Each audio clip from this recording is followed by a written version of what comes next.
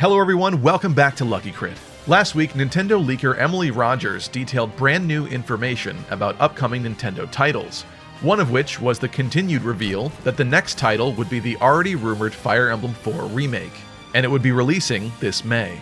Now, I've covered a handful of leaks on this channel over the years, and I always say to take them with a grain of salt, especially when they're coming from 4chan like this one is. Remember Vampire Emblem? I still think that setting would make for an awesome game though. However, while that still holds true, and we shouldn't take this information as gospel, this particular leaker is the same person that leaked information about Fire Emblem Engage, just about all of which turned out to be true.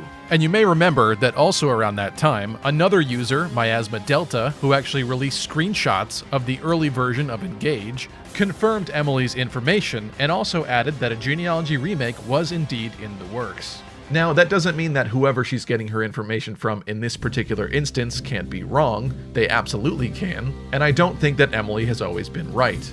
But because of her reporting on Engage and other factors that I'll touch on in a moment, I find this information pretty interesting and something to consider. The other thing I like about this information is that it also seems to follow a pattern for Nintendo and Fire Emblem developer Intelligent Systems.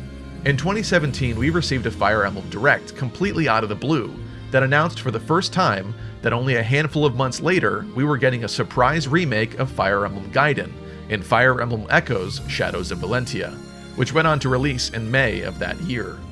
If this new leak is to be believed, that actually makes a lot of sense. If we were to get a Nintendo Direct in the next few months, it would be similar to that original January Fire Emblem Direct reveal, and them launching the next remake game in May again, with no prior announcement beforehand, would seem to, pun intended, echo that original pattern. It's quite interesting that May could be on the table again. Now, many fans have long speculated about the next game to be remade, with a lot of them hoping for a remake of Fire Emblem 6, Binding Blade, Roy's game that we never got, or other selections from across the series. However, Fire Emblem 4, Genealogy of the Holy War, has always been what I personally felt had to be next. While Intelligent Systems haven't completely followed the exact order of games in the series with their remakes, there has been a method to their madness. We received the remake of Fire Emblem 1 in 2008, with Fire Emblem Shadow Dragon for the DS. They then released Fire Emblem New Mystery the Emblem in Japan in 2010, which was a remake of the third game in the series. So why'd they skip Fire Emblem 2? Well, it's because Fire Emblem 3 was originally a remake of Fire Emblem 1 already, but also featured a Book 2 to Marth's story with a brand new series of events. So if one was to remake Marth's story, why not do them back to back instead? You could take advantage of the same console hardware, the same engine, and reuse a lot of the same assets while doing Marth's first story and second story, which is exactly what they did. It just makes too much sense. And aside from that deviation, they've strictly followed the order of the games in the series with 2017's remake of the second Fire Emblem, Fire Emblem Gaiden.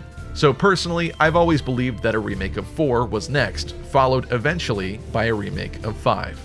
After Fire Emblem Engage's release and subsequent bizarre race to get out all of its planned DLC in a mere handful of months, the strategy of which I still find confusing to this day and consider it to be part of the reason for the game's early death and lack of staying power amongst players, I was certain that the only reason they would be doing this was because the next Fire Emblem game was already ready to release, and they wanted to get to it sooner.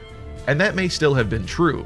You see, Fire Emblem Engage was meant as a 30th anniversary title for the Fire Emblem series, a love song, if you will, that paid homage to previous games, hence the focus on rings and lords from every Fire Emblem world, and some pretty unfortunate throwback tropes from the beginning that many of us have grown to be sick of. But Fire Emblem's official 30th anniversary was in 2020, and that was when Engage originally planned to release, meaning we didn't get Engage for 3 more years in 2023 due to the pandemic and its resulting change of pace. Because of this, Intelligent Systems must have had an incredible lead time to get ahead on other projects in the series, and I've always believed it would mean the next game would either be close to completion or certainly already ready to go whenever they felt it appropriate.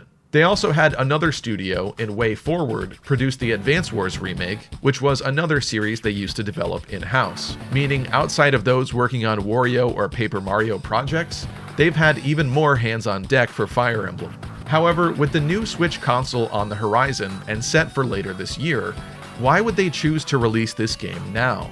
They've already learned the lesson of releasing games near the end of a console's lifespan, with Fire Emblem Echoes being a great example of what happens. Echoes, while fairly beloved in the fandom for its immaculate presentation and high quality, sold fewer units than its predecessors Awakening and Fates, the earlier Nintendo 3DS games, as it released closer to the end of the console's lifespan. People were already moving on to the Switch and not looking back. So why make the same mistake again, instead of waiting for the new Switch's release and having the next game be for that new platform? That's what I originally felt after Engage was so rushed out the door, and yet we received no new information for the remainder of 2023. Unless, of course, they know something that we don't. Is the new Switch console more of a minor incremental upgrade than we thought? Is it going to be like the Nintendo 3DS split, where the new Nintendo 3DS was only a minor upgrade to the console and its legacy, and its games were only compatible on new Nintendo 3DS consoles, yet it also played original 3DS games? If this would be the case with the new Switch as well, I guess it wouldn't really matter if they released this game for the original Switch, and then it was still usable on the new console. But it would stink to know that whatever new features this console had would go unused by this next Fire Emblem game. Unless there are other factors, like they're planning to dual release it for both or something like that would make more sense. But I still think being so close to the end of the original Switch's lifespan does not spell out great sales for this game. Like, do we really think it's gonna beat Fire Emblem Three Houses? I'm not so sure about that. I will say though that Fire Emblem Engage featured a much tighter presentation and the best graphics we've seen from any Fire Emblem title ever, even if its art style might not have been your favorite. Maybe they felt they didn't need any extra juice and processing power or new features. The counterpoint to this argument is that Nintendo has filed for some pretty interesting patents over the past few years, one of which entails a console system with 2 screens again, just like the Nintendo DS series of consoles.